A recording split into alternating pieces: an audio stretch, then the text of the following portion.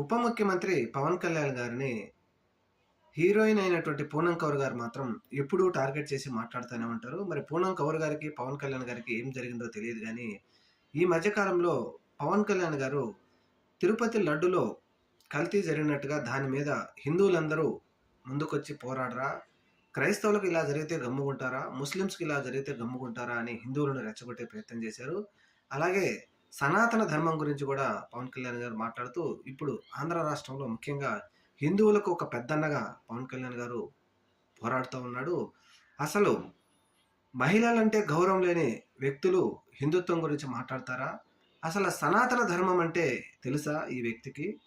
మహిళలను వంచించే వ్యక్తులు గూడా ఈరోజు సమా సనాతన ధర్మం గురించి మాట్లాడుతా ఉన్నారు అంటే, రాష్ట్రంలోని మహిళలందరూ తల దించుకోవాల్సిన పరిస్థితి వచ్చిందని చెప్పి పూనం కౌర్ గారు ట్వీట్ చేయడంతో ఇప్పుడు నెటిజన్లు బాగా ట్రోల్ చేస్తా ఉన్నారు.